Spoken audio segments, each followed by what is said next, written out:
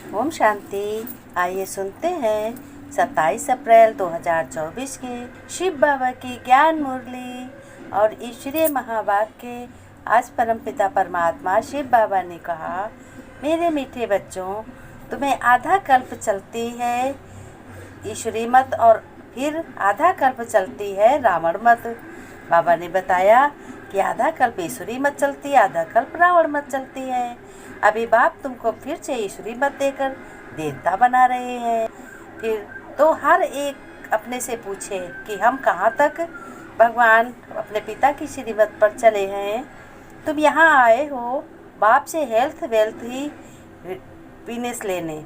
इस समय तुम बच्चों को बाप से संपत्ति आदि सब कुछ मिल जाता है, इसलिए कुछ भी मांगने की दरकार नहीं है। क्योंकि बच्चों यह है पढ़ाई, और पढ़ाई में कभी मांगना नहीं होता है। जितना जो पढ़ेंगे उतना पद पाएंगे। हाँ, इसमें पवित्रता भी जरूर चाहिए। मनसा वाचा कर्मणा पवित्र रहना है। मैं तो हूँ एक एवर सकन गोल्डन एजेड। बाबा ने कहा, मुझसे शक्ति लेकर तुम बहुत मास्टर बनते हो, सर्वशक्तिमान, जिससे तुम रावण पर जीत पाते हो और बंदर से मंदिर लायक बन जाते हो। बाबा ने कहा बड़े प्यार से, यहाँ बच्चों कोई गुण ना होने के कारण दुनिया में सब पर राहु की दशा बैठी हुई है। ये बाप कहते हैं, दे दान तो छूटे ग्रहण, देह सहित देह के सभी धर्मों को छोड़ अब बच्चों तुम पवित्र बनो। पवित्र ही फाउंडेशन है। ये कभी नहीं कहना चाहिए कि हम बाप को भूल जाते हैं। अगर पतित पावन को ही भूल जाएंगे तो तुम पावन कैसे बनेंगे। फिर बाबा ने कहा, जितना जो याद करेंगे उतना आत्मा की कट निकलती जाएगी और खुशी का पारा भी चढ़ेगा और कशिश भी होगी। कशिश माने याद आएगी। फिर बाबा ने कहा, मीठे बच्चे, तुम आए हो बाप से हेल्थ वेल्थ हैप्पीनेस का वर्षा लेने। ईश्वरी मत पर चलने से ही बाप का वर्षा मिलता है, यानी सुख मिलता है, बाप की वसीयत मिलती है, जायदाद मिलती है। प्रश्न में बाबा ने कहा, मेरे बाप ने सभी बच्चों को विकल्प जीत बनने की युक्ति कौन सी बताई है। बाबा ने कहा, विकल्प जीत बनने के लिए बच्चों अपने को आत्मा समझ भाई भाई की दृष्टि से देखो। शरीर को देखने से विकल्प आते हैं, यानी बहुत ख्याल आते हैं। इसलिए वृत्ति में आत्मा भाई को देखो। पावन बनना है तो यह दृष्टि पक्की रखो। निरंतर पतित पावन बाप को याद करो। याद से ही कट निकलती जाएगी, खुशी का पारा चढ़ेगा और विकल्पों पर विजय प्राप्त कर लेंगे। बाबा ने कहा, मीठे बच्चों, तुम्हें सबसे पहले श्रेष्ठ बनना है और धारणा में तुम्हें क्या करना है, पढ़ाई पर पूरा ध्यान देकर स्वयं को संपत्तिवान बनाना है। कुछ भी मांगना नहीं है। एक बाप की याद और पवित्रता की धारणा से पद्मापतित बनना है, पद्मापति बनना है। बाबा ने कहा, राहु के ग्रहण से मुक्त होने के लिए विकारों का दान देना। हियर नो एविल, जिन बातों से सीढ़ी नीचे उतरे, निर्गुण बने, उन्हें बुद्धि से भूल जाना है। बाबा ने वरदान में कहा है, तुम बच्चों को रोज एक नया वरदान मिलता है जिससे तुम भाग्य श्रेष्ठ बनाते हो। पहले आपके मंत्र द्वारा सर्व का सम्मान प्राप्त करने वाले ही निर्माण सो महान भाव है।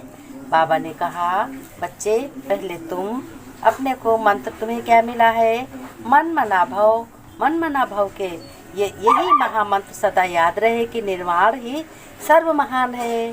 पहले आप करना सर्व के सम्मान प्राप्त करने का आधार है। महान बनने का यह मंत्र वरदान रूप में सदा साथ रखना। वरदानों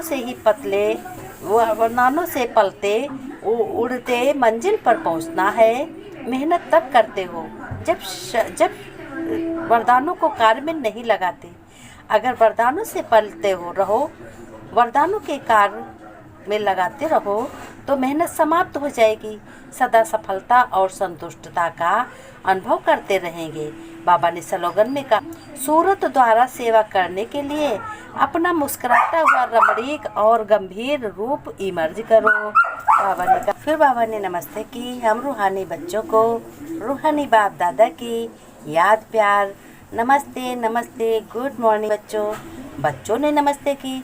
हम रूहानी बच्चों की रूहानी बाप दादा को नमस्ते नमस्ते। गुड मॉर्निंग बाबा।